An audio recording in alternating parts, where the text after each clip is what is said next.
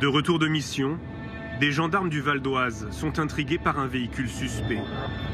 Une Renault grise, dangereusement arrêtée le long d'une voie rapide. Porte passager ouverte. On décide de contrôler le véhicule et ses occupants. Je mets le gyrophare. À l'approche des gendarmes, un homme remonte précipitamment dans la voiture qui prend la fuite.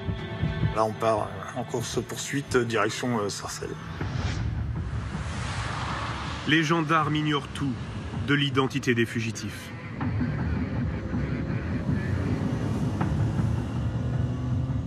Là, je me dis que j'ai affaire à des gens, oui, qui feront tout pour essayer de nous semer.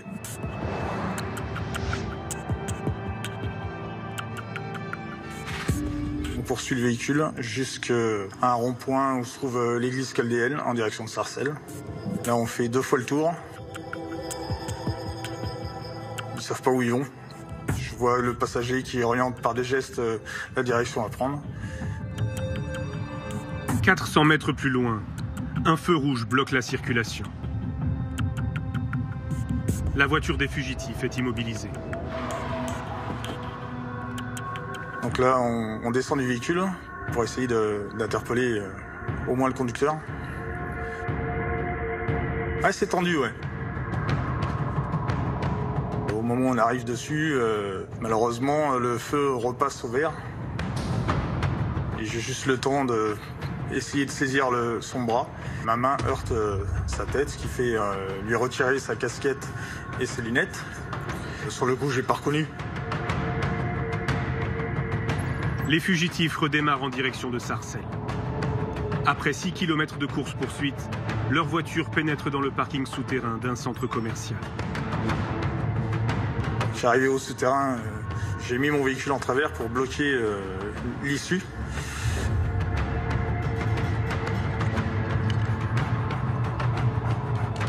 On ne sait pas à qui on a affaire, on ne sait pas s'il y a des armes. On est prudent. Le gendarme tente de suivre la piste avec son chien. La voiture est abandonnée, moteur encore allumé, mais aucune trace des passagers.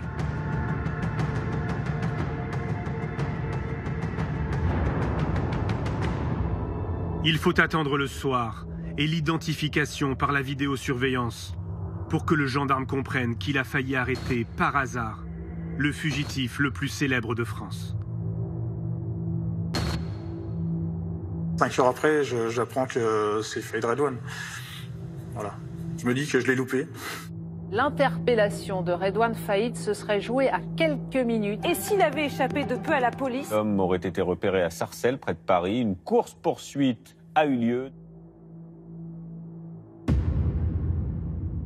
Juillet 2018. Redouane Faïd est le fugitif le plus recherché de France. Le voici sur des images inédites. Redouane Faïd, accompagné de son frère Rachid, visiblement très détendu avec les clients de ce café internet à Paris, bien loin de l'image d'un homme en cavale. Pourtant, 12 jours plus tôt, il s'est évadé de prison. Une exfiltration spectaculaire en hélicoptère. Ma réaction, c'est comment c'est possible qu'il s'évade encore, justement. Et je pense au départ spontanément à une blague. Nouvelle évasion du braqueur Redouane Faïd. Redouane Faïd est de nouveau en cavale. Une nouvelle fois, le criminel de 47 ans fait la une des médias.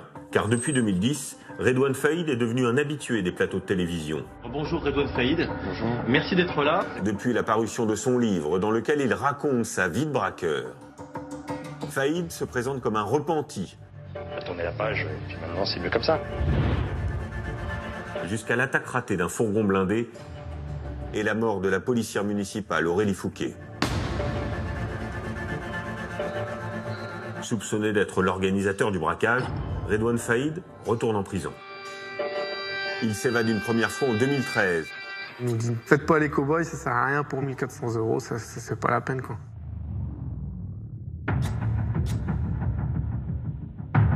Une deuxième en 2018 et renforce ainsi sa réputation de roi de la belle. Vous laissez femme et enfants et c'est parti pour 3 mois intenses. Comment les autorités ont-elles traqué le fugitif? Pour quelqu'un qui s'était évadé le 1er juillet, dormir en forêt, ça veut dire que vraisemblablement il n'y a pas beaucoup de moyens financiers derrière. On identifie parmi les vêtements retrouvés un t-shirt orange qui était porté par Redouane Faïd au moment de son évasion. Ce qui a attiré notre attention, c'était la corpulence et la taille des individus qui portaient les burqas, qui manifestement n'étaient pas des femmes. Y a-t-il eu des défaillances de l'administration pénitentiaire? Madame la ministre, quand une telle faillite est ressentie comme inévitable, c'est qu'il y a quelque chose qui ne va pas. Comment un pistolet automatique et des explosifs en quantité peuvent se retrouver dans une prison sécurisée. Donc là, on sait très bien que, de toute façon, on nous attend à l'orée du bois, c'est évident. Je souhaite tirer toutes les conséquences qui devront en être tirées. Grâce à des témoignages exclusifs, Cellule de crise vous plonge au cœur de la traque de l'homme le plus recherché de France.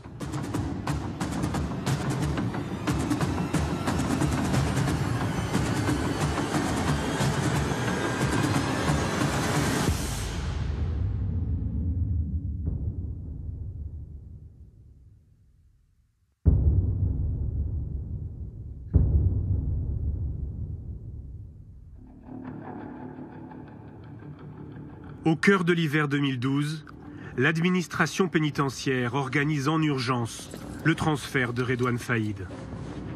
Le directeur de la prison de Fresnes, où il est détenu depuis 10 mois, est convaincu que le braqueur prépare une évasion. Dans un rapport à sa hiérarchie, il détaille les informations en sa possession.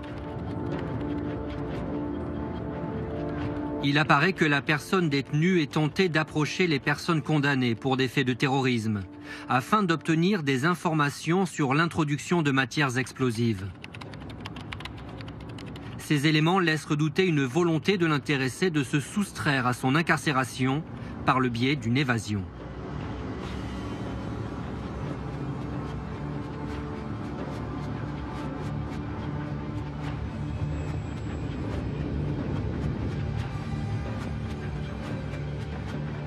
Les autorités choisissent de transférer Redouane Faïd à la prison de l'Île-Sequedin. Un établissement ouvert en 2005 et réputé sécurisé. C'est un établissement qui est doté de miradors, qui est doté d'un système de vidéoprotection. C'est un parc pénitentiaire qui est en capacité de garder des profils sensibles, voire lourds.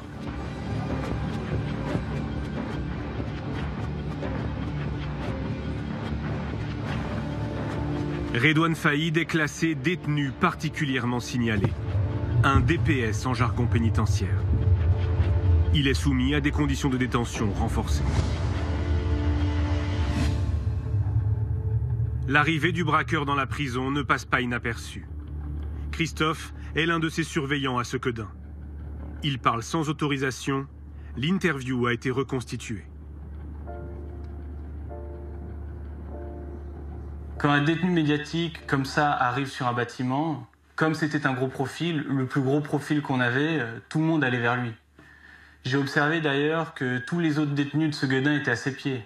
Ils étaient sous l'influence de Faïd. Après seulement 1 mois, les surveillants s'alarment. Redouane Faïd prend de l'ascendant sur ses codétenus.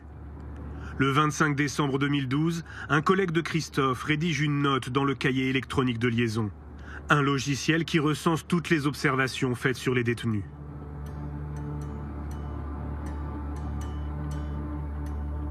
Il passe son temps à discuter énormément avec la personne détenue BS, mais également FA. Ces derniers pourraient être sous son influence pour un éventuel mouvement ou autre au sein du bâtiment B, à surveiller de très près. Malgré cette alerte, progressivement, la tension des surveillants se relâche. Alain Gégaud est alors directeur régional de l'administration pénitentiaire, en charge notamment de la prison de Sequedin. Faïd Redouane va être extrêmement respectueux avec le personnel, il va faire en sorte de se faire oublier, il n'y aura pas d'incident avec un délinquant comme celui-là. Au départ, c'est sûr que quand il arrive, on est tous un peu à l'affût. Après, au fur et à mesure des mois qui passent, on voit rien et la routine s'installe. Après, peut-être qu'on est un petit peu moins vigilant sur certains points sécuritaires.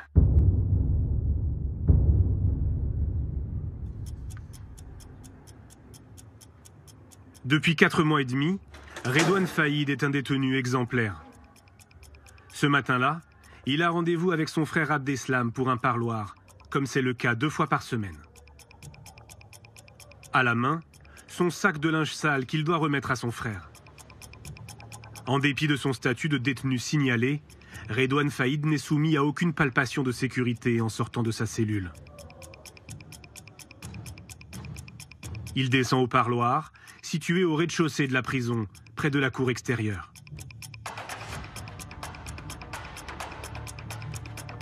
Là, avec d'autres détenus, il attend d'être appelé par les surveillants pour rejoindre son frère dans un box.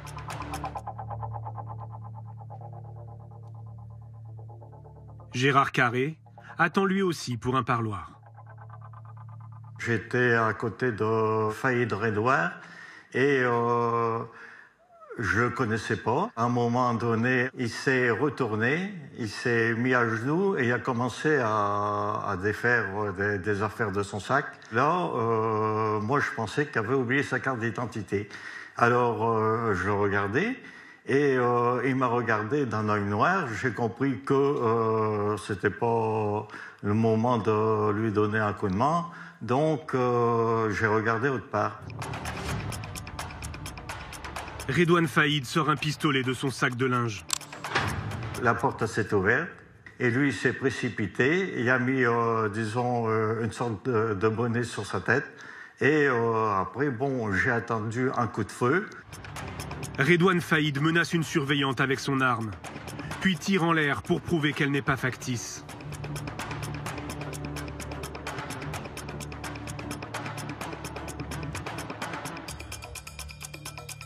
Du côté famille, Isabelle attend dans un box pour une visite. Tout d'un coup, j'entends il est armé, c'est une prise d'otage. Voilà, donc là, je me dis oui, enfin, qu'est-ce qui se passe enfin, voilà. Et puis, j'ai vu passer une personne avec une arme sur la tente d'une autre personne. Avec 3 surveillants sous la menace de son arme, Faïd prend la direction des parloirs. Miguel Langlais, surveillant à Sequedin, commence sa journée de travail. Il va se retrouver pris au cœur de l'évasion. Et là, j'entends la chef qui dit c'est une prise d'otage, c'est Faïd. Dès que j'ai entendu Faïd, tout de suite, on comprend que c'est pas faux et puis il va se passer quelque chose. Je me dis pas que je peux être en danger. Je me dis, faut que j'y aille, je sais pas, c'est l'instinct professionnel. Redouane Faïd se dirige vers la salle d'attente des familles, qui donne directement sur la cour intérieure de la prison. Il détient 3 surveillants en otage. Depuis la fenêtre du couloir, Miguel Langlais observe la scène. Il y a une petite lucarne, et là je vois qu'à l'intérieur, il est en train de mettre quelque chose sur la porte en face. Et là, il me voit, et il me dit, écoute, t'es là, tu restes là. À ce moment-là, vous savez que vous avez une personne armée en face de vous, et vous connaissez le pédigré du bonhomme, vous me dites, je pense que ça va faire mal. De son sac, Redouane Faïd sort un pain de plastique qu'il pose sur la porte, puis il écarte les surveillants. La porte explose et il y a un bout de serrure qui passe à 10 cm de ma jambe. La première explosion, elle me surprend parce que on bouge pas les oreilles. J'ai jamais entendu une explosion aussi forte, à part les pétards. Donc, je me dis, ça y est, on y est, quoi. Ça n'existe pas que dans les films, quoi. Redouane Faïd se retrouve dans la cour intérieure avec ses 4 otages. Il emprunte le chemin dédié aux familles qui rendent visite aux détenus. Il sait où il doit aller, exactement où il doit aller. On n'a même pas besoin de lui dire voilà, voilà, voilà. Il sait exactement où il doit aller. Alain Gégaud est chez lui lorsqu'il est prévenu de l'évasion par le directeur de la prison de Sequedin. Moi, pour ma part, je suis informé dans les 7-8 minutes qui suivent le début de l'évasion. La première question que je me suis posée, c'est comment un pistolet automatique et des explosifs en quantité peuvent se retrouver dans une prison sécurisée. Préfet, police, gendarmerie, l'alerte remonte jusqu'aux plus hautes autorités. Lorsque les premiers policiers arrivent sur place, l'évasion est toujours en cours. Les instructions sont claires. Aucune action avant l'arrivée du GIPN, le groupe d'intervention de la police nationale.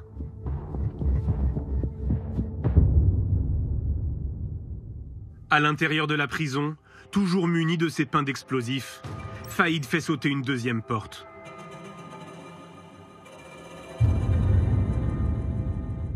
Il nous dit, faites pas les cow-boys, ça sert à rien pour 1300 ou 1400 euros, c'est pas la peine, quoi. C'est pas la peine. Pensez à votre famille, à vos enfants. Enfin, il nous fait comprendre que ça sert à rien de faire le héros, quoi. Le braqueur et ses otages arrivent à la troisième porte. Les surveillants des Miradors sont armés.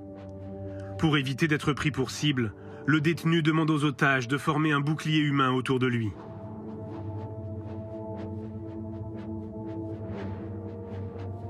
Le pire, on l'imagine toujours dans ces moments-là, mais après, oui, dans ma tête, c'est pourvu qu'il y arrive, pourvu que ça se passe bien, pourvu qu'il n'y a pas un collègue qui fasse n'importe quoi, pourvu qu'il sorte.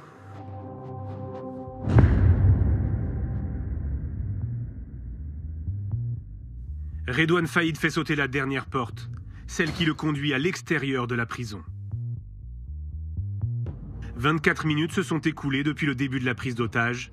Le braqueur se retrouve face aux policiers. Les premiers intervenants sont là. Ils assistent en fait à la fin de l'évasion.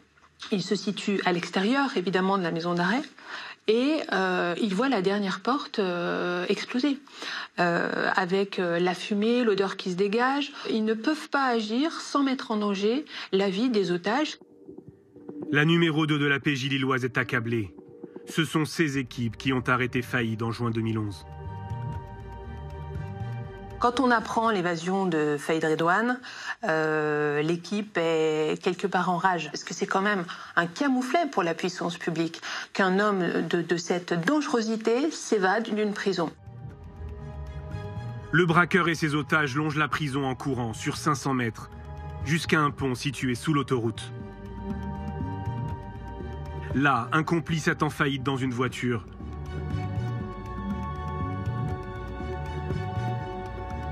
Le braqueur libère alors 3 des 4 surveillants. Il m'a dit, toi tu viens avec moi dans la voiture. Alors pourquoi moi, je sais pas.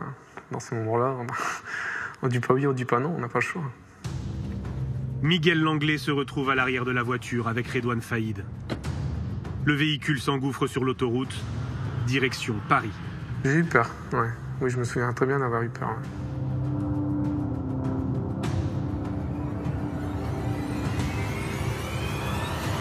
Là, je lui dis, me lâche pas dans une banlieue ou un truc comme ça, parce que en uniforme, ça va pas le faire, quoi. Ça va pas le faire. Et il m'a dit, non, si tu fais pas le cow-boy, je te lâcherai, y a pas de souci. Quelques minutes plus tard, la Renault s'arrête sur la bande d'arrêt d'urgence. Miguel Langlais est relâché.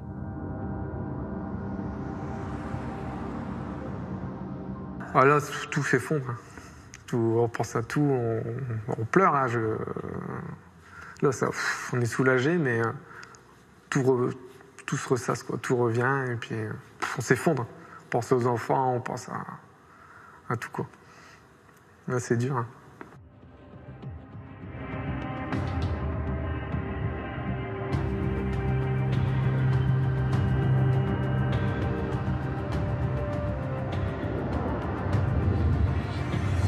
Le véhicule de Redouane Faïd et son complice sera retrouvé à 6 km de là, sur la commune de Ronchin. Brûlé.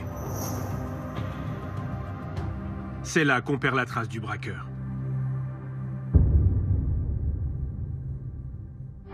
Mais tout d'abord donc cette évasion spectaculaire ce matin, un détenu issu du grand banditisme. Le braqueur Redouane Faïd s'est enfui de la prison en utilisant des explosifs et en prenant 5 personnes en otage. Redouane Faïd est le fugitif le plus recherché de France. Des barrages sont mis en place, des gendarmes déployés, des hélicoptères mobilisés.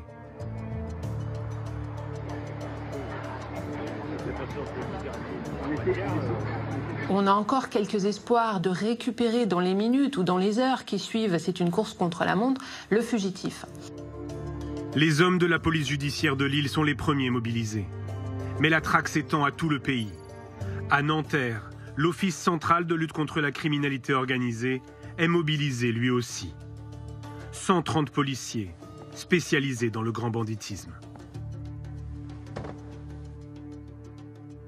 Frédéric Douady est alors le patron de la Brigade nationale de recherche et d'intervention. La BRI est le bras armé des enquêteurs. Dans les premières heures, il peut se trouver dans un gîte à 10 minutes de la maison d'arrêt de Sequedin, comme avoir pris un avion à Bruxelles et être parti à l'autre bout du monde. Les policiers s'intéressent à tous les membres de son entourage qui ont la capacité de l'aider pour une évasion et une cavale. Vincent est le chef d'enquête. Il souhaite préserver son anonymat pour son travail de terrain. On va fonctionner par système de cercle. D'abord, l'environnement proche, famille, femme, enfant, puis la famille, puis les cercles professionnels ou criminels. Ce qu'on travaille évidemment dans ce genre de cas, c'est les parloirs. Et c'est la raison pour laquelle, dès la matinée, sont placés en garde à vue les 2 individus qui avaient des parloirs réguliers avec Faïd Redouane, un de ses frères aînés, Abdeslam, et un de ses neveux. La piste familiale ne donne rien. Abdeslam Faïd, le frère de Redouane qui l'attendait au parloir, est rapidement mis hors de cause. Des centaines de policiers sont à l'heure qu'il est aux trousses de Redouane Faïd depuis son... Cette traque a une particularité qui change la donne. Elle est suivie en direct par les médias. L'homme désormais le plus recherché de France laisse derrière lui... Cette notoriété le dessert un peu en fin de compte, parce qu'à ce moment-là, d'une enquête normale, vous passez à une enquête extraordinaire. Donc derrière, vous aurez, je dirais, tous des services de police qui vont être mobilisés qu'à ça, et certainement en nombre supérieur à ce qui aurait été si ça n'avait pas été Redouane Faïd. Donc sa priorité, ça va être de rester dissimulé, ça va être de passer sous les écrans radars.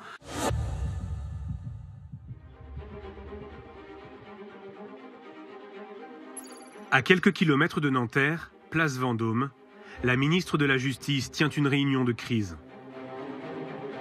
Henri Masse, le numéro 1 de l'administration pénitentiaire, a été convoqué en urgence par Christiane Taubira. Elle est comme tout ministre dont un des services a été pris en défaut par un événement brutalité, par une crise, si vous voulez. Donc elle nous demande de lui fournir des éléments d'explication. Qui autour de lui a pu l'aider? Il y a quels sont ses antécédents? Donc quel est son niveau de dangerosité? Bon, pour les forces de police et de gendarmerie, quelle est sa détermination? Où est-ce qu'il a pu aller? Pour Christiane Taubira, l'évasion de Redouane Faïd tombe mal. La ministre de la Justice planche depuis plusieurs mois sur une vaste réforme pénale qui défend des peines alternatives à la prison. Ses détracteurs l'accusent de laxisme et l'évasion à coups d'explosifs d'un détenu comme Faïd leur donne du grain à moudre. Et puis elle décide d'aller à Lille, ce que nous faisons immédiatement ensemble.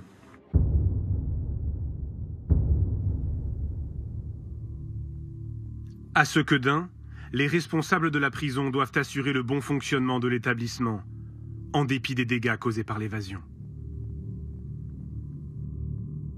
La prison, après la sortie de Redouane Faïd, se trouvait dans une situation d'insécurité totale, puisqu'il n'y avait plus de porte d'entrée. On ne va pas pouvoir assurer le fonctionnement de l'établissement dans des conditions normales.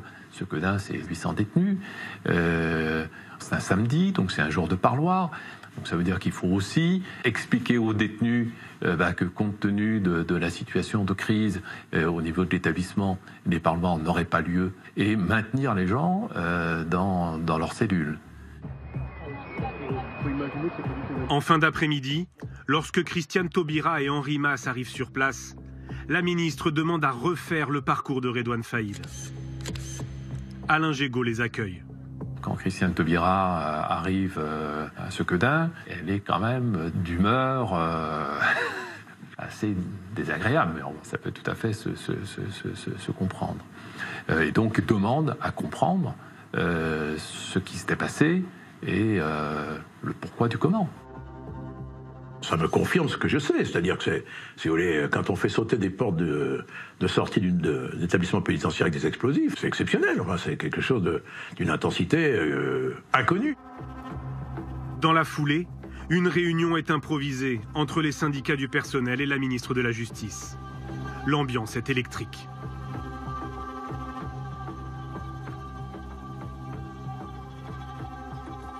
Stéphane Le Serre, représentant local des surveillants, est sur place depuis le matin. C'est un genre de défouloir où on vide nos sacs, quoi. On lui dit que c'était prévisible parce qu'on avait alerté à plusieurs reprises l'administration par des courriers, par des tracts, de vive voix. Et on avait toujours dit que la maison d'arrêt de Sequedin, les parloirs, c'était une zone sensible. Prise à partie par les syndicats, Christiane Taubira menace de quitter la salle. La réunion est forcément dans un climat de tension, puisque nous venons de vivre ensemble tous un moment extrêmement dur, et surtout les personnels eux-mêmes. Alors, ils sont partie prenante dans cette affaire exceptionnelle. Donc on prend acte de ce qui vient de passer, et on partage avec eux la difficulté de ce qu'on vit, avec une tension évidente. Les syndicats de surveillants organisent des blocages dans tout le pays. L'évasion mine le terrain de la réforme voulue par la ministre. Elle va devoir lancer en priorité un plan de sécurisation des prisons.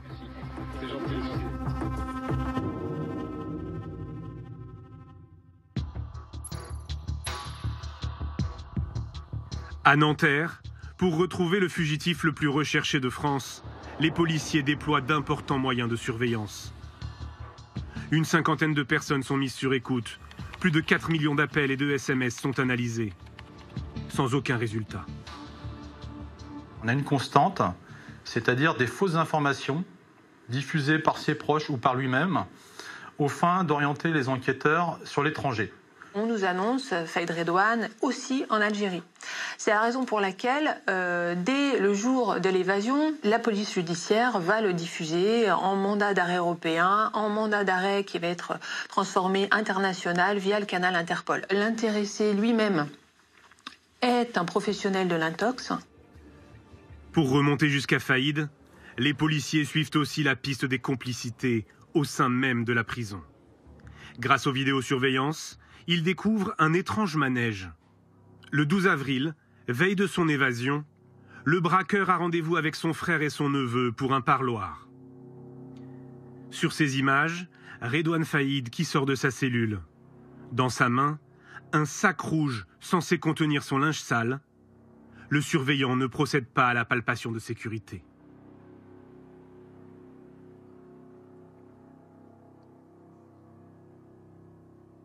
Faïd salue des détenus, puis entre dans le local d'entretien dont l'accès lui est normalement interdit.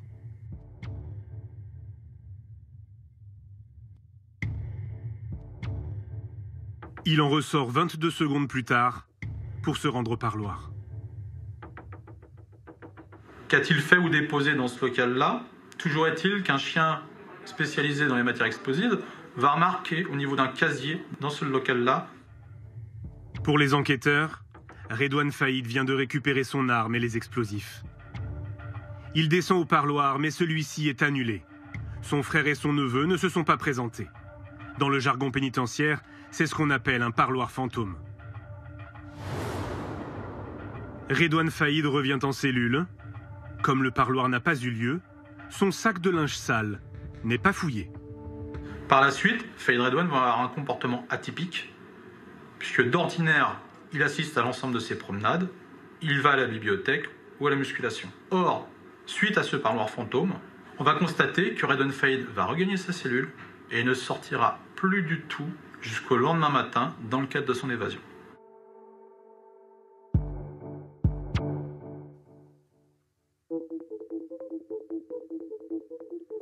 Les policiers placent en garde à vue le surveillant présent ce matin-là. Confronté aux images de vidéosurveillance, il reconnaît des erreurs. Vous me demandez pourquoi je ne suis pas intervenu. Sur la palpation, je reconnais, je ne l'ai pas fait parce que j'y ai pas pensé.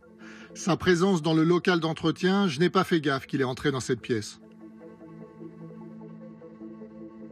Ça aurait dû m'interpeller. J'aurais dû m'en rendre compte. Comment expliquez-vous cette succession d'anomalies? La routine. Erreur de ma part. Ce qui est incroyable, c'est que le gardien n'ait rien vu. On a l'impression qu'il est totalement berné par Redouane Faïd.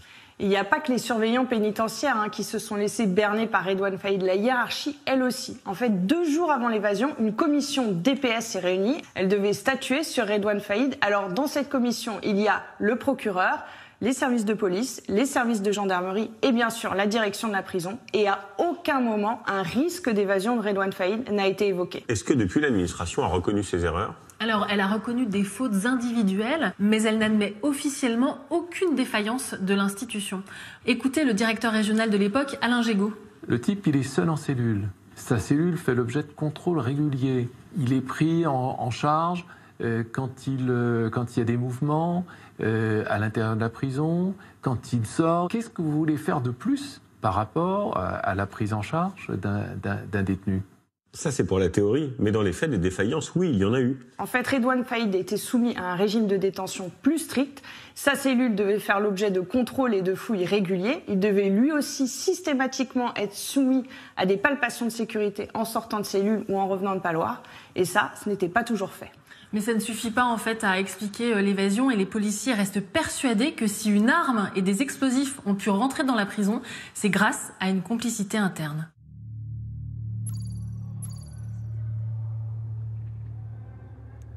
À la maison d'arrêt de Sequedin, l'enquête se poursuit pour identifier les complices qui ont pu faire entrer l'arme et les explosifs. Quasi tout le monde se soupçonne. Tout le monde se demande si... Enfin voilà, on se pose plein de questions à savoir qui, comment, pourquoi. C'était une ambiance, oui, glauque, difficile à vivre. Les policiers suspectent un autre surveillant. Selon certains détenus, il serait connu pour faire entrer toutes sortes d'objets illégaux dans l'établissement. Il est placé en garde à vue.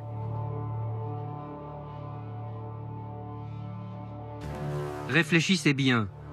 Ne pensez-vous pas qu'il serait temps de nous dire tout ce que vous savez sur l'évasion de Faïd Redouane? J'ai jamais rentré des explosifs et des armes pour Redouane Faïd. Avez-vous fait rentrer autre chose que armes ou explosifs? Oui, de la viande, des produits d'entretien, du parfum, des shampoings et aussi des cigarettes.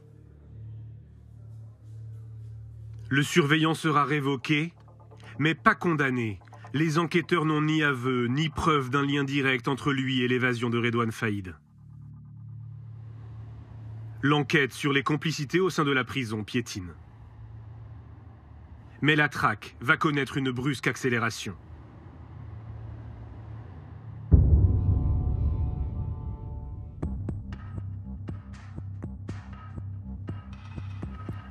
« 40 jours après l'évasion, les policiers reçoivent une information d'un de leurs indiques.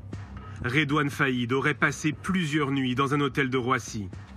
Le fugitif serait accompagné d'un autre homme. Ils circuleraient ensemble, à bord d'une Peugeot grise. Sur ce type d'affaires, on peut avoir des tuyaux de gars qui ont vraiment un intérêt à donner une information qui permettrait peut-être, à minima, de le localiser ou d'identifier certains de ses complices. Ab initio, on ne sait pas si l'information elle est bonne, elle est mauvaise. Donc on va l'exploiter en allant récupérer dans tous les hôtels du secteur de Roissy, il y en a quelques-uns, les bandes vidéo, les parkings, les vidéos qui sont dans les hôtels en question. Image par image, les policiers épluchent des centaines d'heures de vidéos d'hôtels et de parkings. Un détail inattendu attire leur attention. Un des opérateurs de la BNRF va constater le comportement suspect d'un individu sortant la tête de l'habitacle pour insérer son moyen de paiement au niveau de la barrière. Sauf que lorsqu'il va remettre sa tête dans l'habitacle, apparemment, il est muni d'un postiche puisque la perruque va bouger. Donc c'est à partir de ce moment-là qu'on pense avoir Redouane Faïd. Pour la première fois depuis l'évasion, après 6 semaines de traque, les enquêteurs tiennent enfin une piste solide. À votre avis, on est content ou on n'est pas content? Évidemment qu'on est content. Entre le moment où on exploite ta vidéo et le moment où on se dit que c'est lui, il n'y est plus. D'accord, il n'est plus à l'hôtel, hein. Il ne nous attend pas, pieds et poings liés, en se demandant pourquoi on met autant de temps à venir le chercher. Donc, ça veut dire qu'on a, oui, on avance, on a un fil à tirer.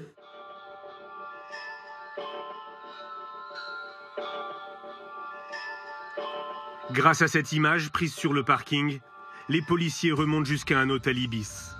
30 enquêteurs sont mobilisés pour éplucher à nouveau les vidéosurveillances de l'établissement. Cette fois, ils reconnaissent formellement Redouane Faïd. Il porte une perruque et des lunettes de soleil. Il sort de l'ascenseur, des sacs à la main. Sur une autre vidéo, les policiers le voient entrer dans l'hôtel, accompagné d'un homme. Là, on le voit en pied, on voit... Voilà, puis surtout, on détecte la présence d'un autre individu qui l'accompagne. Hein. Et pour le coup, celui-là, il a un nom. L'homme aux côtés de Redouane Faïd a réservé la chambre d'hôtel sous sa véritable identité, Hassan Bourouas. Âgé de 29 ans, il est connu des services de police pour vol et port d'armes, mais n'a jamais été incarcéré. Il a le profil parfait pour Redouane Faïd. C'est quelqu'un qui ne laisse pas de traces. On n'arrivera pas à lui remonter de ligne téléphonique. Et d'ailleurs, c'est une commande de Redouane Faïd pour avoir ce type d'individu à ses côtés. C'est un loup solitaire. Les critères demandés par Redouane Faïd, c'était quelqu'un qui n'allait pas lui amener la police, quelqu'un qui n'était pas recherché. Lorsque les policiers identifient Faïd, les 2 hommes ont déjà quitté les lieux. Pour retrouver leurs traces, les enquêteurs sollicitent les groupes hôteliers dans toute la France. Ont-ils une réservation au nom d'Hassan Bourouas? Le 28 mai, la confirmation tombe. Un dénommé Bourouas occupe une chambre dans un motel de Ponto-Combo, en Seine-et-Marne. La réservation, elle est en cours, par contre. Donc il faut tout de suite se projeter sur le terrain pour aller vérifier et surtout valider cette réservation et confirmer que dans cet hôtel, il y a premièrement Bourouas et surtout Redouane Faïd.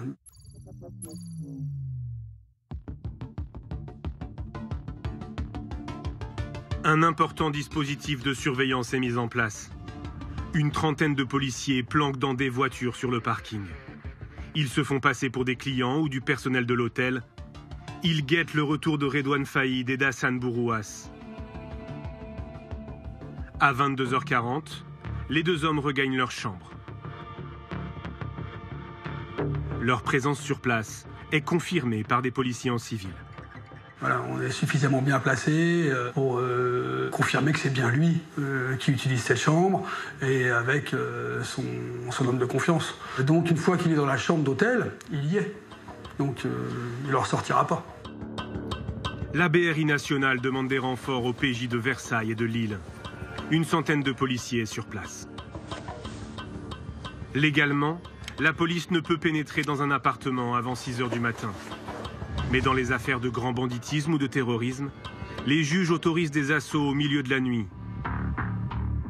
Le feu vert tombe par email à 00h45.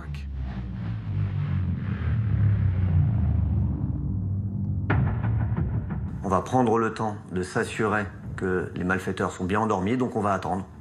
Tant pis, on ronge notre frein, mais on attend pour être certain que l'opération se déroulera dans les meilleures conditions.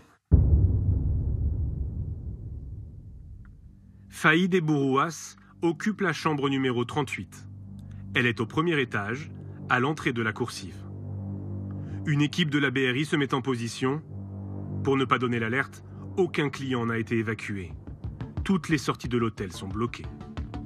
On va encercler l'immeuble pour permettre ensuite à la colonne d'intervention de venir se positionner. Mais au préalable, on a évité tout risque de fuite. Donc quand on est appelé sur ce genre d'événement, on a forcément une petite appréhension. C'est one shot, hein. C'est pas, on n'a pas le droit à un coup d'essai et puis on ne peut pas se reprendre si jamais on a loupé. Non, il faut être sûr notre coup, quoi. Après 46 jours de traque, la BRI donne l'assaut. La progression est annoncée par la colonne, qu'elle monte dans les escaliers, qu'elle s'approche de la porte, qu'elle va pénétrer dans les lieux. Bon, évidemment, il y a le top interpellation qui est annoncé au moment où la porte est ouverte. On a quelques secondes de silence et puis l'annonce du résultat de l'opération. Objectif serré, interpellé, et c'est surtout sans incident. L'opération a duré quelques secondes. Aucun coup de feu n'a été tiré. Redouane Faïd n'oppose aucune résistance. Il a vite compris qu'il ne pouvait pas jouer. Il sait qu'il ne pourra pas s'échapper.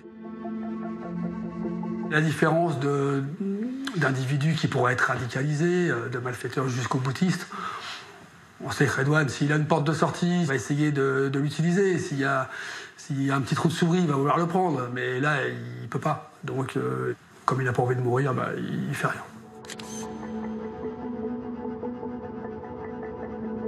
Il est groggy et puis il sait qu'il est fait, il a les menottes dans le dos et voilà, il monte dans la voiture et il va pas dire un mot jusque de notre bureau. C'est l'info du jour, l'arrestation de Redouane Faïd. La cavale est terminée pour l'ennemi public numéro 1. Interpellé dans la chambre d'un hôtel, Redouane Faïd qui était grimé puisqu'il portait une perruque et une barbe. Sous très haute surveillance, Redouane Faïd est transféré au palais de justice de Lille. Face au juge, il ne livrera jamais le nom de ses complices. Interpellé avec lui, Hassan Bourouas sera condamné pour transport d'armes. De son côté, l'administration pénitentiaire va tenter de tirer des leçons de cette évasion.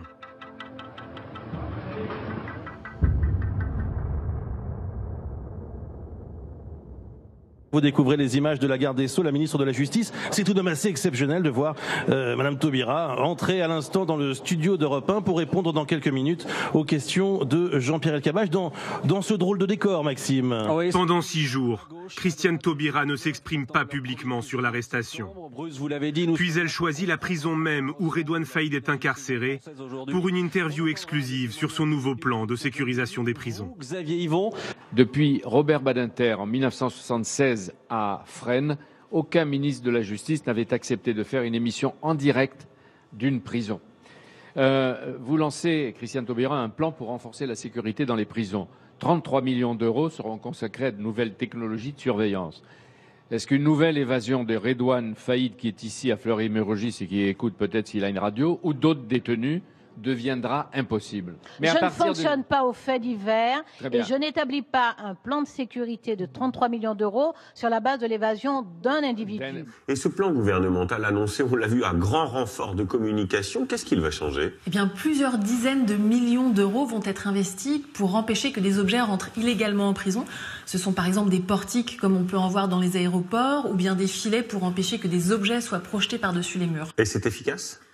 Apparemment non, puisqu'à Condé-sur-Sarthe, il y a quelques semaines, la compagne d'un détenu a fait entrer illégalement un couteau en céramique avec lequel 2 surveillants ont été agressés. Ce plan, il vient aussi renforcer les mesures de sécurité encadrant les DPS, les détenus particulièrement signalés. En fait, l'évasion de Faïd a révélé des pratiques très différentes en fonction des établissements. Donc un nouveau texte va venir harmoniser et renforcer ces mesures de sécurité. Bien, on imagine qu'avec toutes ces mesures, ce plan, ces millions qui sont investis, une évasion de Redouane Faïd est désormais impossible. En théorie, oui, et pourtant, il va y parvenir en organisant lui-même sa propre exfiltration.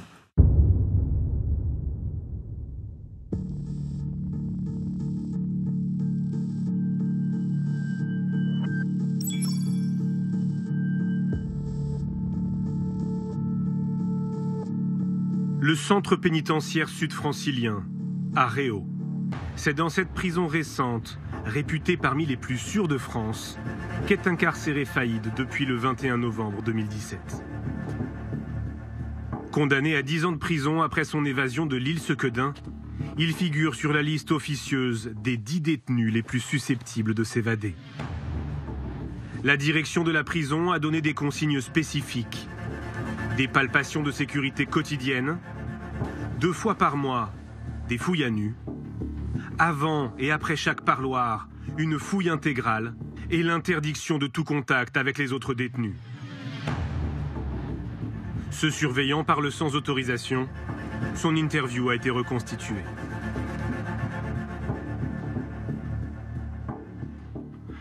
Quand il allait au téléphone, tout son secteur était bloqué. C'était le seul détenu que j'ai vu en France pour qui on bloquait même le personnel. On le bloque, on bloque tout le monde. Il passe avec 2 surveillants et un gradé du quartier d'isolement, comme une star. Il est starifié. Tout le monde le regarde. C'est-à-dire que pour lui, la prison ne tourne plus pendant 20 à 30 minutes. Mais ces mesures ne vont pas suffire. Dès le début, les surveillants s'inquiètent de son comportement. Redouane Faïd, il scanne les lieux. On a l'impression qu'il mesure chaque centimètre carré et il maîtrise son espace.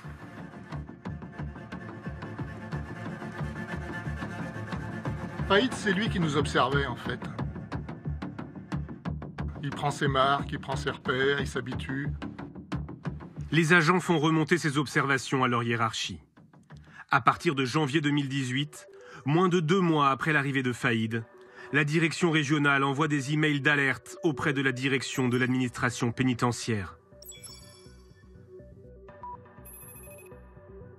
La direction régionale de Paris réitère la demande de transfert en urgence, par mesure de sécurité et surtout pour éviter un incident très grave.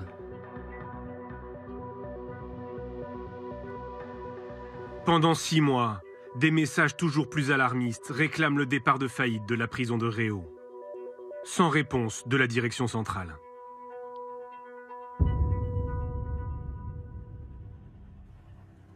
En février 2018, les surveillants de Réau soufflent.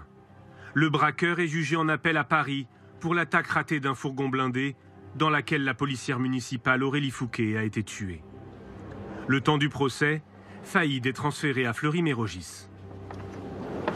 À l'issue de ce procès, des peines seront prononcées à l'identique, peut-être plus. Voilà, après, nous, ce que nous aurions souhaité, ce sont des aveux, mais je pense que nous ne les obtiendrons pas. Redouane Faïd est condamné à 25 ans de prison pour association de malfaiteurs. Il se pourvoit en cassation.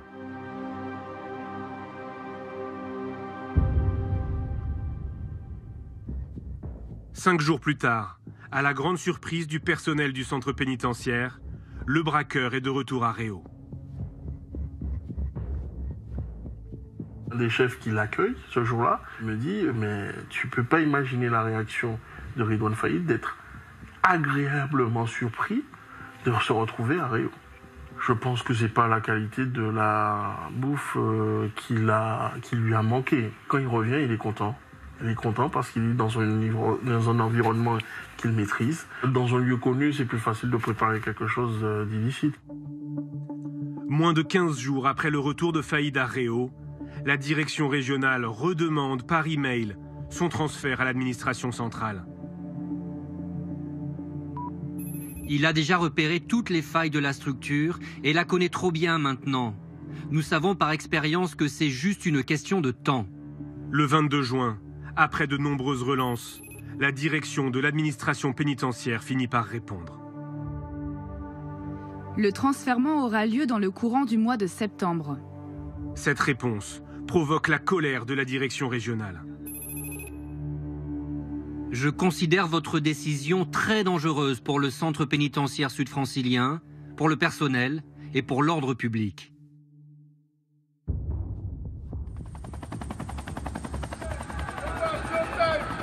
Le 1er juillet 2018, 9 jours après cet email, Redouane Faïd s'évade une deuxième fois.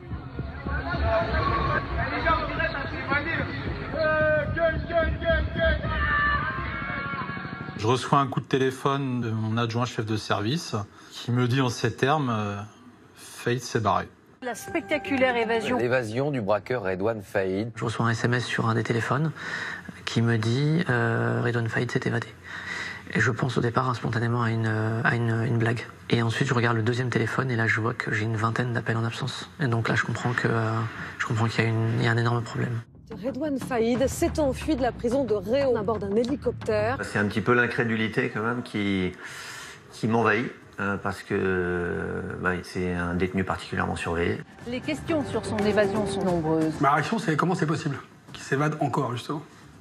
Et d'un autre côté, alors qu'on est condamné à 25 ans de réclusion criminelle, comment ne pas envisager la suite de sa vie qu'au travers d'une évasion? Redouane Faïd est de nouveau en cavale.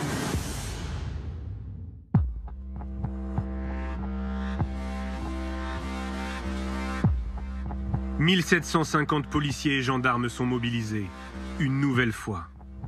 Mais les opérations de contrôle ne donnent rien. Aux côtés de la PJ de Versailles, l'Office central de lutte contre la criminalité organisée repart sur les traces du fugitif que ses équipes avaient interpellé 5 ans plus tôt. Le 1er juillet, c'est un dimanche, veille de grand départ en vacances. C'est quelque part une des périodes les plus délicates de l'année, tout simplement. Si ce n'est qu'en police judiciaire, on a une capacité à mobiliser très rapidement des gens. Rapidement, toute la brigade qui est dépêchée sur place, tous les enquêteurs qui sont disponibles, qui d'initiative vont aller travailler. Au bas mot, on est entre 80 et 100 enquêteurs de police judiciaire qui rapidement sont envoyés, dépêchés sur les différentes scènes de crime. Et voilà, c'est reparti. Donc, direction le service, vous laissez femme et enfants, et c'est parti pour 3 mois intenses.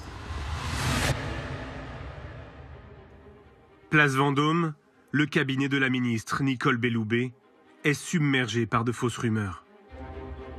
Youssef Badr, le porte-parole du ministère, doit les désamorcer. J'ai des médias qui m'appellent pour me dire il s'est évadé avec plusieurs détenus, et donc il ne serait pas parti seul, avec d'autres DPS et tout ça. Donc du coup, j'essaie de vérifier ces éléments-là, en fait, au départ. C'est déjà ce qui va être dit, que les prisons sont des passoires, qu'il y a une espèce de laxisme ou qu'il y a une espèce de laisser-aller, qu'on va probablement aussi s'en prendre aux surveillants en évoquant des éventuelles complicités internes et tout ça. Donc là, on sait très bien que, de toute façon, on nous attend à l'orée du bois, c'est évident.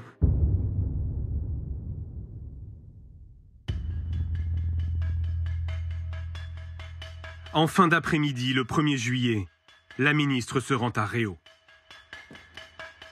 Venu lui aussi soutenir les surveillants, le syndicaliste Régis Grava l'interpelle sur les demandes de transfert de Faïd. Je dis à la ministre, il y a des éléments qui prouvent clairement qu'il y avait quelque chose qui se préparait et les agents vont remonter. Maintenant, qu'ont fait vos services? Donc sa réponse est une réponse politique. Si on pouvait vraiment prévoir avec certitude, où elle dit qu'elle acquiesce, mais à mi-mot, et elle est super gênée par ça. Devant les journalistes, Nicole Belloubet ne met pas en avant la question des transferts, mais confirme une faille dans la sécurité de la prison. Nous avons là un commando qui sans doute avait repéré les lieux par le biais de drones. L'enquête judiciaire qui est en cours le dira certainement, et qui a donc conduit à cette évasion tout à fait spectaculaire en permettant à un hélicoptère de se poser sur la seule cour de la prison qui n'était pas couverte par des filins de sécurité. En fait, la première faille qui est identifiée, c'est ça. Et la première question que se pose la ministre, c'est de se dire pourquoi il n'y a pas de filin anti-hélicoptère dans la cour d'honneur. On découvre juste qu'en 2011, lorsque l'établissement est livré, en fait, les filins anti-hélicoptères sont prévus dans le cahier des charges. Donc ils sont prévus sur la cour d'honneur. On ne saura jamais parce qu'on n'y était pas, mais on ne saura jamais pourquoi ils n'ont pas été installés. La garde des Sceaux livrera l'explication 2 mois plus tard, devant une commission de l'Assemblée nationale. Elle est plutôt embarrassante pour l'administration pénitentiaire. Ils n'ont pas été posés à la demande de l'administration pénitentiaire. Il a en effet été considéré à l'époque que cette cour d'honneur était un lieu où les détenus ne circulaient pas. Un détenu ne naît dans la cour d'honneur qu'au moment où il rentre dans la prison et où il en sort, ou pour les extractions. Ça n'était à l'époque pas perçu comme un risque.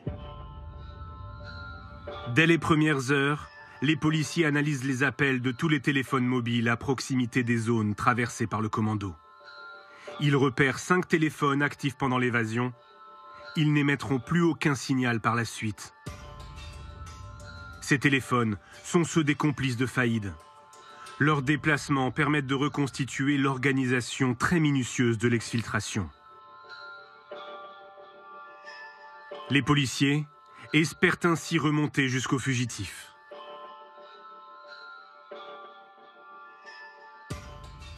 Dès 8h30, le 1er juillet, une Renault Mégane noire se déplace sur la N104 en Seine-et-Marne. Elle fait étape à Lésigny pour déposer un complice. L'homme porte le matériel qui va servir à l'évasion.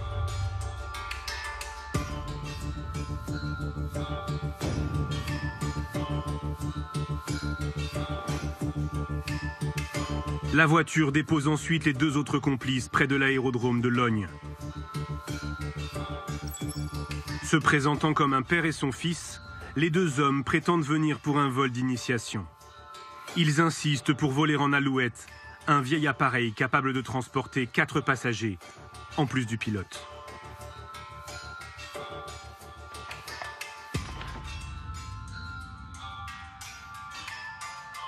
La Renault Mégane retourne ensuite à Gonesse et se gare en bordure de la D370, près d'une station essence. C'est là que l'hélicoptère déposera Redouane Faïd et les membres du commando, après l'évasion.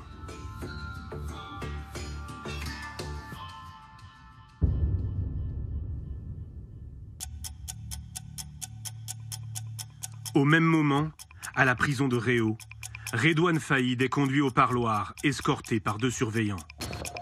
Il est vêtu d'un t-shirt orange, détail qui va avoir son importance. Dans une synchronisation parfaite, le complice de la Mégane donne le top départ par téléphone au commando de l'hélicoptère.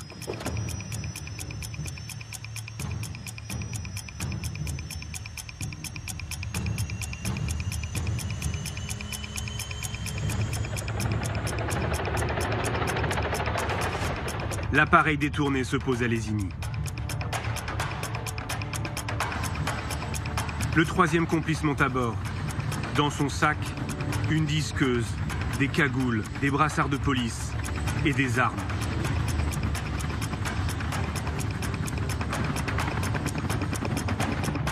Le commando est au complet.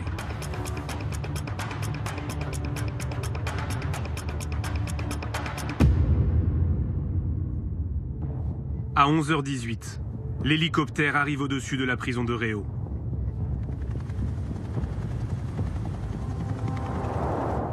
Les comptes rendus des surveillants permettent de reconstituer ce qui s'est passé minute par minute.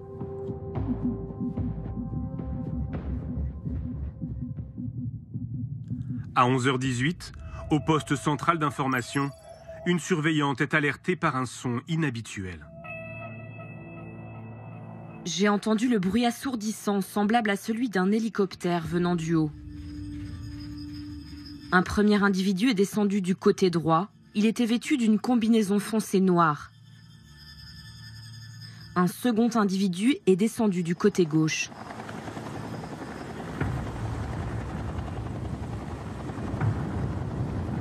J'ai aussitôt appelé la police par la ligne directe. Celle-ci était en dérangement. À la porte d'entrée de la prison, le surveillant-chef tente lui aussi de contacter la police. Sans succès.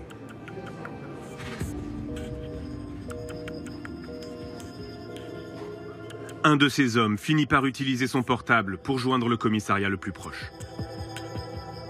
À mon grand étonnement, on nous a dit « c'est une blague ».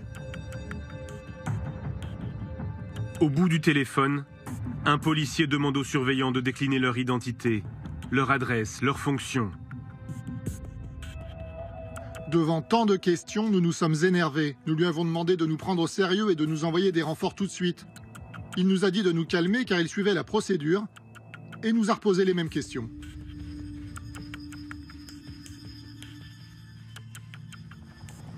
Le surveillant-chef distingue à l'intérieur de l'hélicoptère le pilote tenu en joue par un homme cagoulé.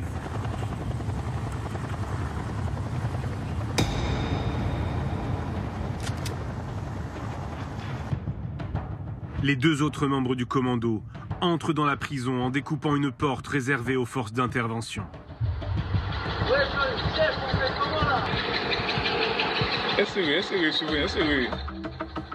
Suivant la procédure en cas de crise, les surveillants ramènent tous les détenus dans leurs cellules.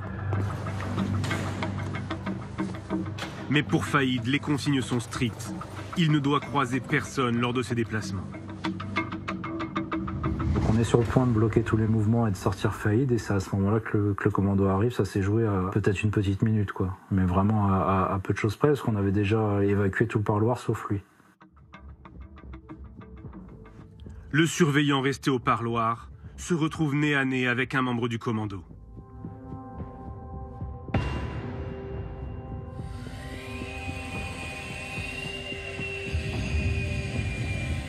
J'aperçois un individu cagoulé avec un brassard police qui coupe le pêne de la cabine. Cet individu ne m'a pas vu durant sa manipulation.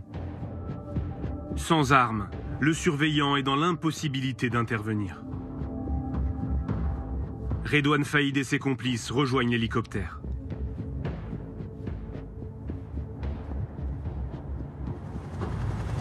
À 11h28, il quitte la prison.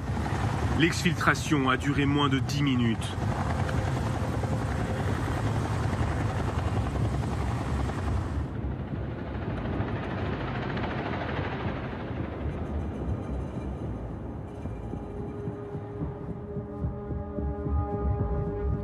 La police n'arrivera qu'après le décollage de l'hélicoptère.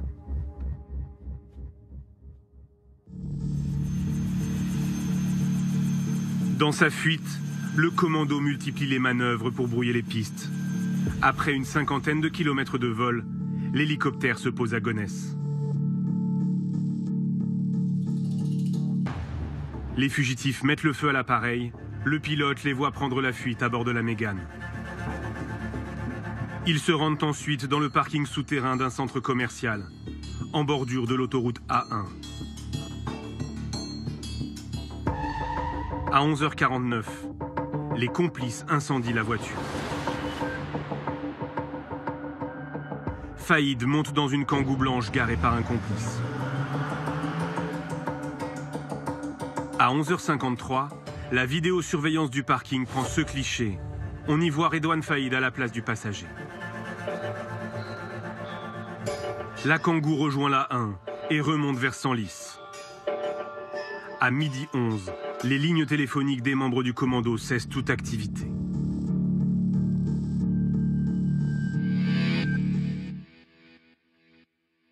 Le premier réflexe, c'est de se dire qu'on a affaire à des malfaiteurs d'envergure, à des gens, pour le coup, dont c'est le métier, qui n'en sont pas à leur coup d'essai, qui sont peut-être entraînés, qui ont même pu répéter cette opération. On n'est pas face à des amateurs.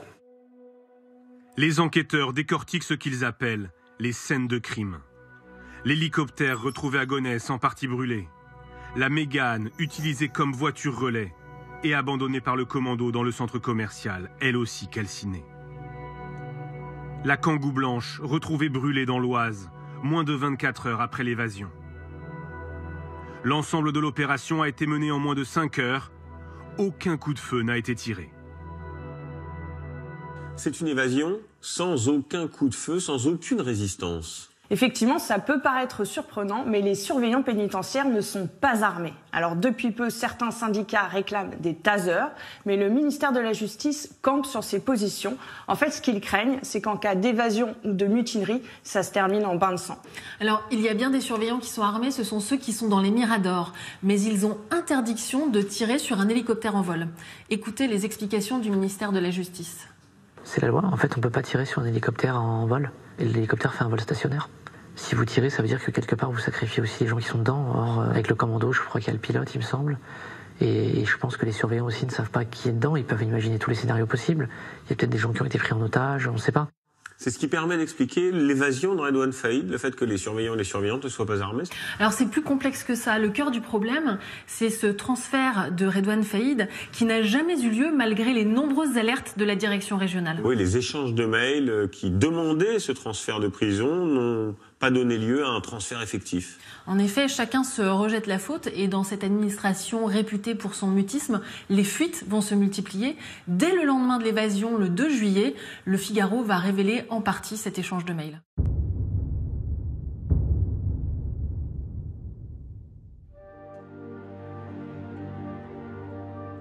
Dans ces mails, les services pénitentiaires avaient demandé son transfèrement rapide au vu de sa menace sérieuse de passage à l'acte. Là, vous avez des échanges de mails qui sortent dans la presse, où tout le monde se tourne vers nous pour nous dire attendez, regardez, on nous avait alerté, on vous avait informé, et vous n'avez rien fait. C'est pas la réalité de ce qui se passe. Et là, les fuites qui sont données sont en plus parcellaires et donc forcément partiellement fausses. La personne qui fait sortir une information a toujours intérêt à la faire sortir. Je n'en ai pas tiré de conclusion à partir du moment où je ne savais pas qui le diffusait, ou d'où la fuite émanait. Ces mails traduisent la remontée du terrain qui n'a pas été suivi par ces décideurs.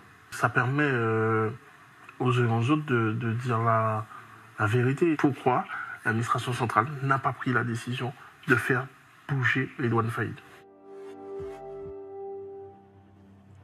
Avec ces fuites qui pointent des dysfonctionnements au plus haut niveau de l'administration pénitentiaire, Nicole Belloubet se retrouve en première ligne.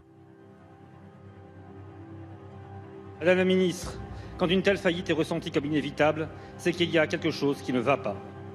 À l'Assemblée nationale, lors de la séance des questions au ministre, les députés demandent des explications. Il y a pu y avoir des erreurs et les informations de la presse de ce matin, une demande sans suite de transfert vers un centre mieux sécurisé, nous interroge. Nous voulons savoir ce que vous comptez faire pour tirer les conséquences de cette évasion. La parole est à Madame Nicole Belloubet, garde des Sceaux, ministre de la Justice. Je souhaite porter un regard clinique sur cette évasion et je souhaite tirer toutes les conséquences qui devront en être tirées. Je dis bien toutes les conséquences, y compris pour mesurer les défaillances et prendre les éventuelles sanctions qui s'imposeraient si cela est nécessaire. Au-delà des erreurs individuelles, ce qui est pointé dans cette affaire, c'est la responsabilité de toute l'administration pénitentiaire.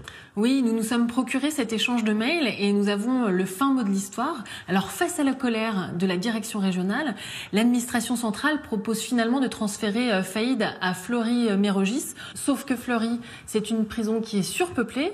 Salah Abdeslam y est incarcérée. Elle a été ébranlée par le suicide de détenus, mais aussi de surveillants. Et surtout, Faïd la connaît déjà. Donc c'est l'impasse et aucune solution alternative n'est proposée.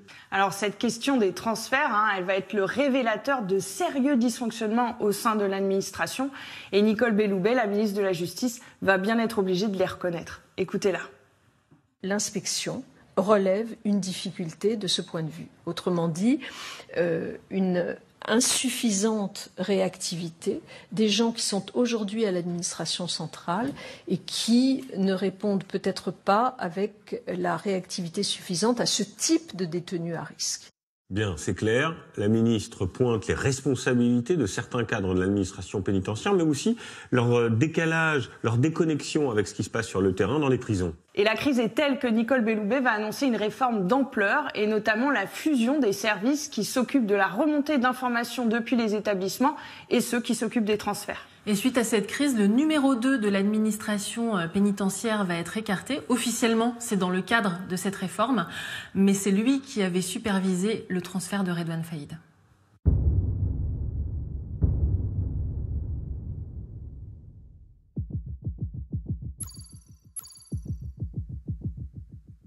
Pendant que le ministère de la Justice fait face à la polémique, à Nanterre, le numéro 2 de la police judiciaire se plie à l'exercice d'une conférence de presse. Je ne suis pas habilité à vous parler du fond de l'affaire, évidemment. Philippe Vérony s'exprime rarement sur une enquête en cours. Mais la police veut montrer que la traque de Faïd est une priorité. Les premières constatations laissent à penser que le commando était composé d'environ 4 ou 5 personnes. Non identifiées, je m'empresse de le dire évidemment. En fait, un premier membre du commando est sur le point d'être identifié. Rapidement, les enquêteurs abandonnent la piste de complicité dans le grand banditisme. Selon eux, le fugitif Faïd attire trop la lumière. Dans les jours qui vont suivre, ça va être la piste familiale qui va se décider concernant Redouane Faïd. Il n'y a pas de bandits ou de malfaiteurs qui ont voulu s'associer à son projet d'évasion, parce qu'ils doivent se douter qu'à côté du moment où il aura réussi à s'évader, il aura sur le dos tous les flics de France. Donc tous ceux qui seront dans son entourage et qui auront été associés seront dans la nasse et seront dans les mailles du filet et seront levés un jour ou l'autre.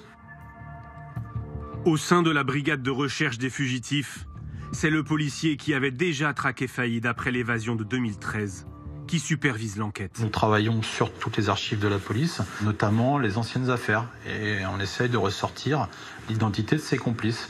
Et on s'est aperçu que Redouane Faïd, des membres de sa famille avaient été mis en cause, notamment 2 de ses neveux. Des frères de Faïd et certains de ses neveux sont connus des services de police.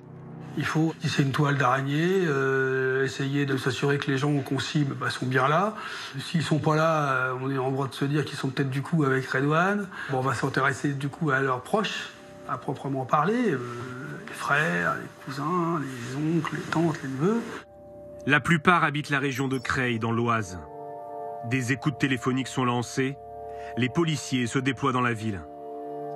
Un travail de filature très délicat. Chaque cible mobilise 5 à 7 policiers. Ils savent tous qu'à un moment ou à un autre, ils risquent d'être surveillés par la police.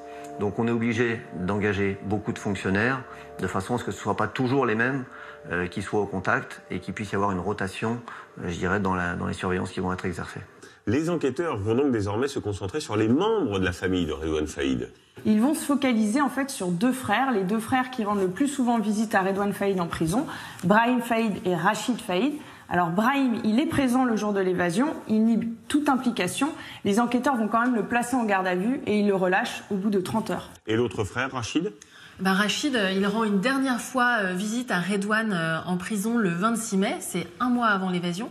Et ensuite, il a un alibi solide, il part pour l'Algérie. Donc lui aussi est écarté par la police ? Pas tout à fait, parce qu'en fait, les enquêteurs s'aperçoivent qu'il a un 2e passeport, qu'il a réservé des billets pour rentrer en Europe en multipliant les escales. Ils perdent sa trace à Amsterdam, mais ils sont convaincus que le jour de l'évasion, il était bien présent en France. Et ça va se confirmer, ça, par la suite ? Un élément vient confirmer cette thèse, l'ADN retrouvé sur le parcours du commando, et il correspond bien à celui de Rachid Faïd. C'est un point important et une sacrée avancée pour l'enquête, car désormais les enquêteurs, la police, sait que Rachid Faïd était présent au moment de l'évasion. Ils vont décider en fait de ne pas rendre l'information publique parce que ce qu'ils espèrent, c'est que Rachid Faïd les conduise jusqu'à son frère Redouane.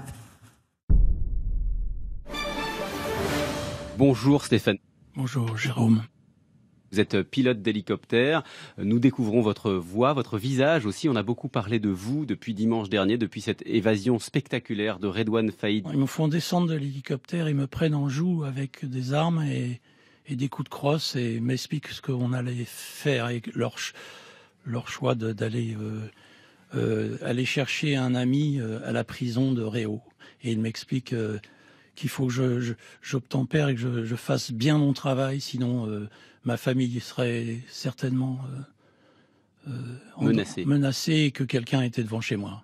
Le récit de la prise d'otage est précis, mais pour les enquêteurs, des questions persistent. Le vol de l'hélicoptère semble très préparé. Le plein d'essence aurait été calculé au plus juste pour décoller avec 5 passagers. Un vol sans GPS, en rase-motte, pour échapper au radar. Le commando a-t-il été aidé par un expert? Un autre élément intrigue les enquêteurs. Une proche du pilote a échangé des lettres avec Faïd jusqu'en 2016.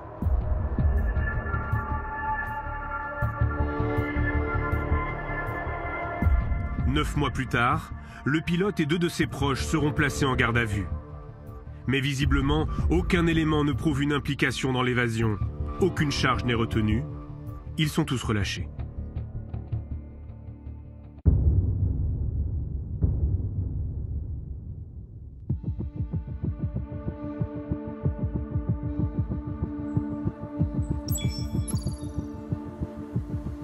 Une découverte en forêt confirme la piste familiale.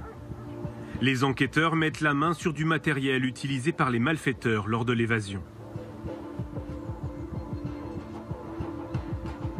Il a été retrouvé grâce au témoignage d'un chasseur.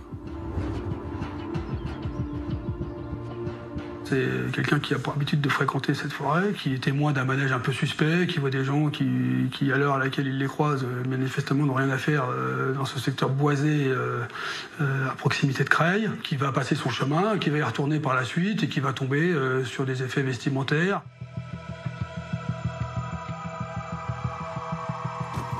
On identifie parmi les vêtements retrouvés un t-shirt orange qui était porté par Redouane Faïd au moment de son évasion. Cette découverte, ça nous a fait comprendre deux choses. C'est que, pour quelqu'un qui s'était évadé le 1er juillet, dormir en forêt, ça veut dire que vraisemblablement il n'y a pas beaucoup de moyens financiers derrière et qu'il est sur un cercle assez resserré et il est dans sa zone de confort puisqu'il est sur Creil. Donc les éventuels départs à l'étranger avec une cagnotte cachée, etc., pour nous, ça n'apparaissait pas être la piste la plus pertinente. Donc on était à ce moment-là, on a acquis la conviction qu'il pouvait être dans le milieu creillois qu'il connaît si bien. Sur place, les policiers retrouvent surtout des armes.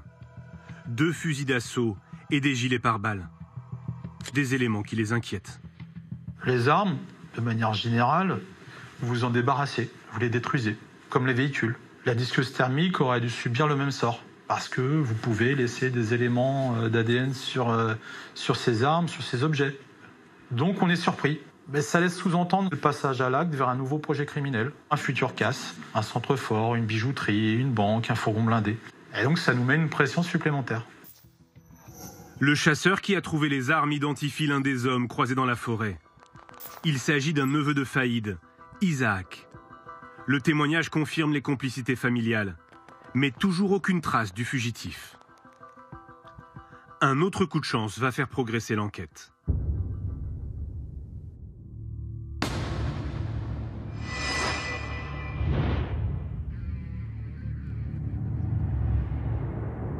Pris en chasse par une voiture de gendarmerie après un contrôle inopiné, Faïd et un complice se réfugient dans le parking d'un centre commercial.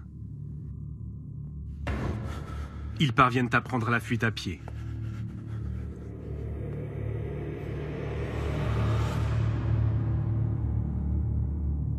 Rapidement sur place, les gendarmes de la brigade de recherche ignorent que la voiture était conduite par Redouane Faïd. Ils pensent avoir affaire à des cambrioleurs.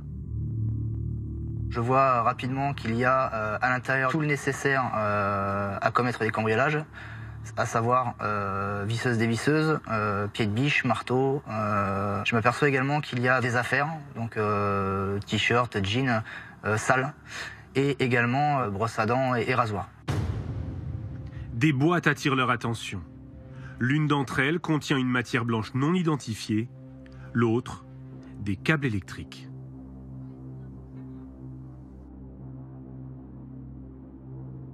Et là, mon collègue me dit immédiatement, oh là là, attention, on dirait de l'explosif. Comme j'ai pas de formation en explosif, la crainte que j'ai à cet instant T, c'est que effectivement, que ça vienne exploser et qu'on dénombre pas mal de morts, étant donné qu'au-dessus du parking, on a quand même une salle de sport qui est bondée. On est au mois de juillet, donc il fait relativement chaud. Donc ouais, moi ma crainte à ce moment-là, c'est effectivement que la matière se dégrade et qu'elle vienne exploser. C'est la capitaine Marie Lenéillon qui lance l'évacuation. On a une trentaine de gendarmes qui arrivent quasi dans les 15 à 20 minutes. Donc on commence à faire un gel vraiment des lieux, à pousser les personnes. Et peu de temps après, je sais que la commissaire de Sarcelles arrive aussi avec un maximum de renforts. Et là, on a pu vraiment s'organiser pour vraiment interdire l'accès dans un rayon de 300 mètres, 400 mètres aux personnes, faire évacuer le McDonald's, faire évacuer la salle de sport. Le soir même, les 2 fugitifs sont formellement identifiés sur les images de vidéosurveillance. On y voit Redouane Faïd, la main dans un sac où il cache probablement une arme. Et derrière lui, son frère Rachid. C'est une histoire incroyable, une course-poursuite un peu par hasard qui va se terminer donc par l'évacuation de ce centre commercial. Oui, et le plus fou, c'est que si les mèches sont authentiques, les explosifs sont des faux, du simple mastic. Alors une hypothèse consiste à penser que Faïd voulait remonter un braquage. Redouane Faïd n'a donc pas les moyens de se procurer de véritables explosifs, du vrai matériel ? En fait, Redouane Faïd, il est seul, isolé, et une cavale, ça coûte très cher. Surtout quand on est un bandit connu comme lui, les tarifs, par exemple, pour de faux papiers, ça grimpe vite. Donc il cherche par tous les moyens à se procurer de l'argent. Il envisage, par exemple, de remonter sur un braquage. L'autre élément très important, c'est que dans la voiture, les enquêteurs retrouvent des papiers qui leur permettent de remonter à un cybercafé en plein cœur de Paris. Le passage de Redouane Faïd dans ce cybercafé a été filmé par la vidéosurveillance. Nous nous sommes procuré les images. Elles n'ont jamais été diffusées. Regardez. 12 jours après l'évasion, Redouane Faïd et son frère plaisantent dans un cybercafé parisien. C'est ici qu'ils ont acheté, sur Internet, la Laguna Grise, prise en chasse par les gendarmes à Sarcelles. On voit quelqu'un qui a l'air plutôt serein, hein, qui fait des courses comme vous ou moi, sans être particulièrement stressé. Bon, il est un petit peu grimé dans le sens où il porte une casquette pour essayer quand même d'être le moins visible possible. Enfin, en tout cas, il n'a pas de perruque, il n'a pas de moustache, il n'a pas de faux nez. Donc, mais quelqu'un qui est relativement zen. Voilà. On ne peut pas rester terré au fond d'un igloo. Donc il faut bien vivre, il faut sortir, il faut voir des gens, il faut prendre des contacts, il faut vivre. Hein. Sinon, si c'est pour pas vivre, autant rester en prison. Donc il faut faire quelque chose. Donc forcément, il s'expose. Les policiers vont organiser des planques devant le cybercafé. Sans résultat. Mais une nouvelle fois, le fugitif va devoir s'exposer.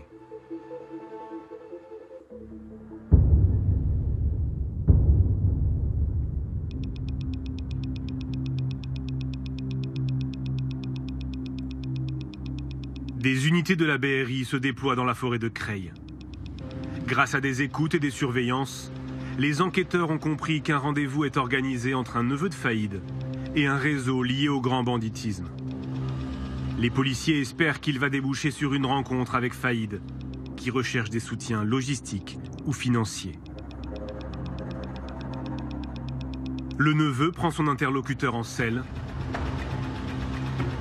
mais au dernier moment, le passage d'un hélicoptère éveille la méfiance des deux hommes.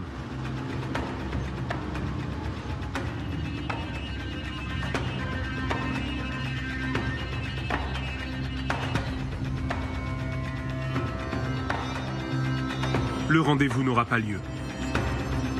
Le neveu fait demi-tour. Les policiers le laissent partir. Il est leur seul lien avec Faïd. Est-ce qu'on en sait plus aujourd'hui sur ce fameux rendez-vous secret ?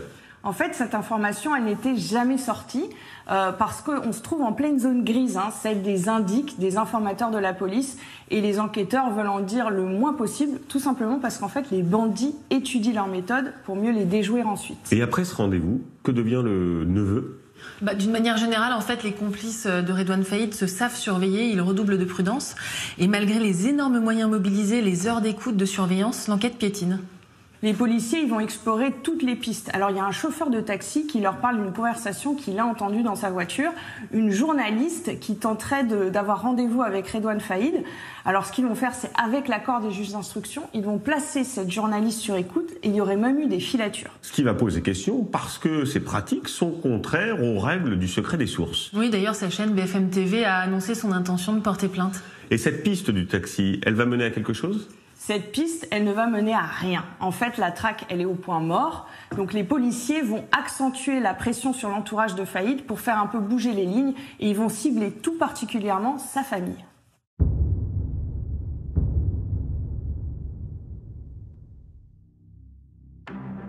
Le 5 septembre, une vague de perquisitions est lancée en Île-de-France et dans l'Oise. Les policiers cherchent à mettre la pression sur l'entourage de Faïd, dans l'espoir que l'un des proches sous surveillance commette une erreur.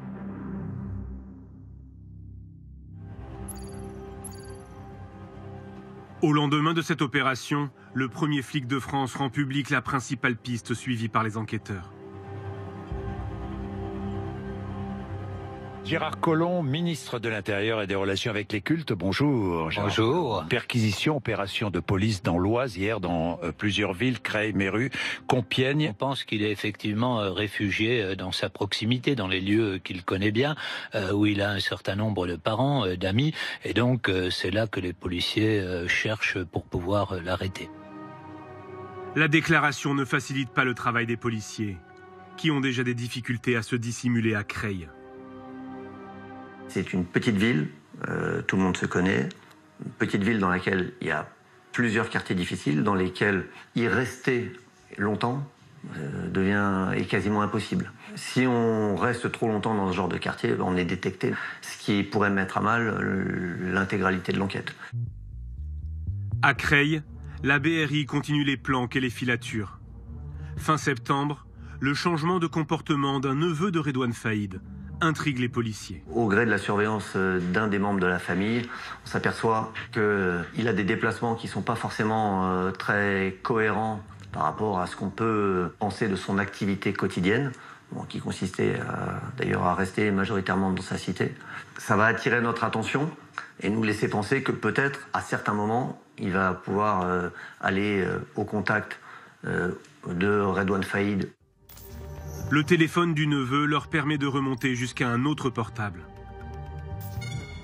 C'est un téléphone qui avait une activité particulière, qui n'était allumé notamment que la nuit. Et donc les filatures engagées pour essayer d'identifier l'utilisateur de ce téléphone nous amènent à identifier un véhicule. Ce véhicule, il va nous amener à Creil et à un immeuble. On avait déjà en fait eu des informations sur la présence dans cet immeuble de manège un peu suspect.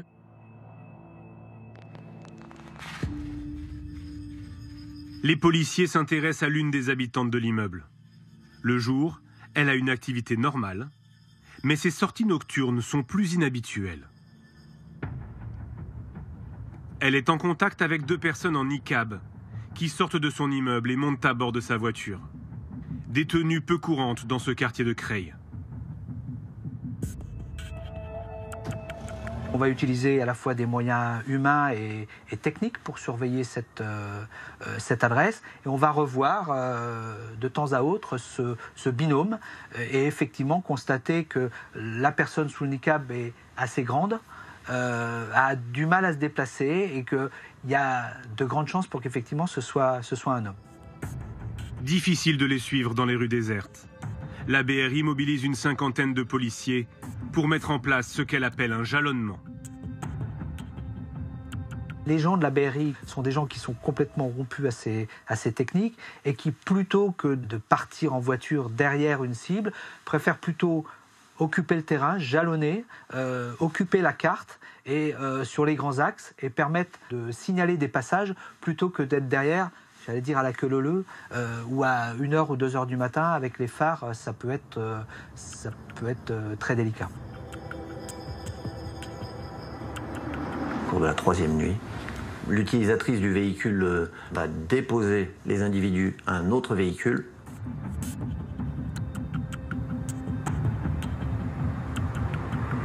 Et là, les individus auront enlevé leur burqa.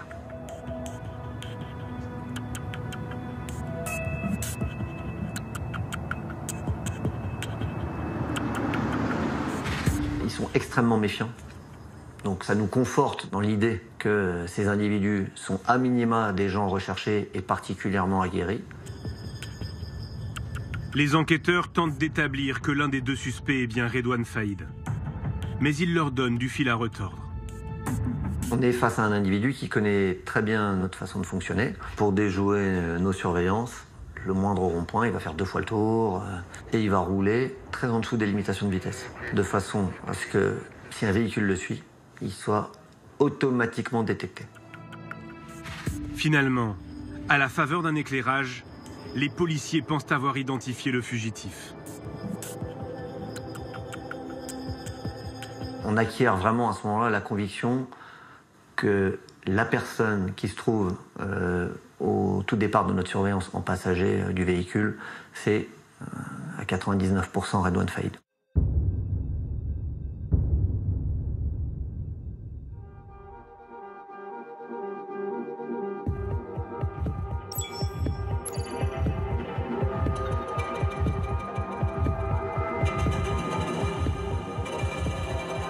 L'assaut est donné après 93 jours de traque.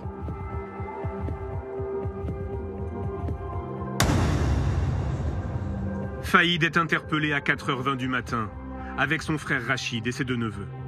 En tout, 7 personnes sont mises en examen.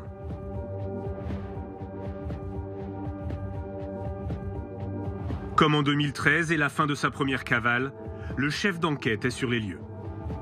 Il me reconnaît, hein, je le vois dans son visage.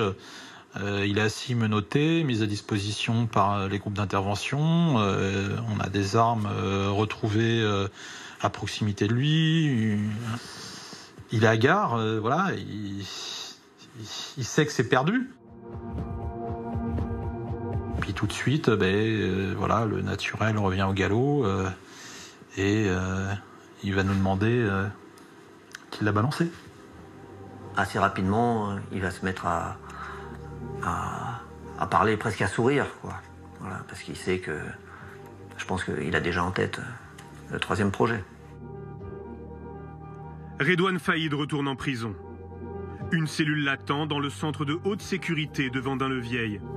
Les mesures d'isolement sont encore renforcées. Pour cette nouvelle évasion, Faïd risque jusqu'à 20 ans de prison.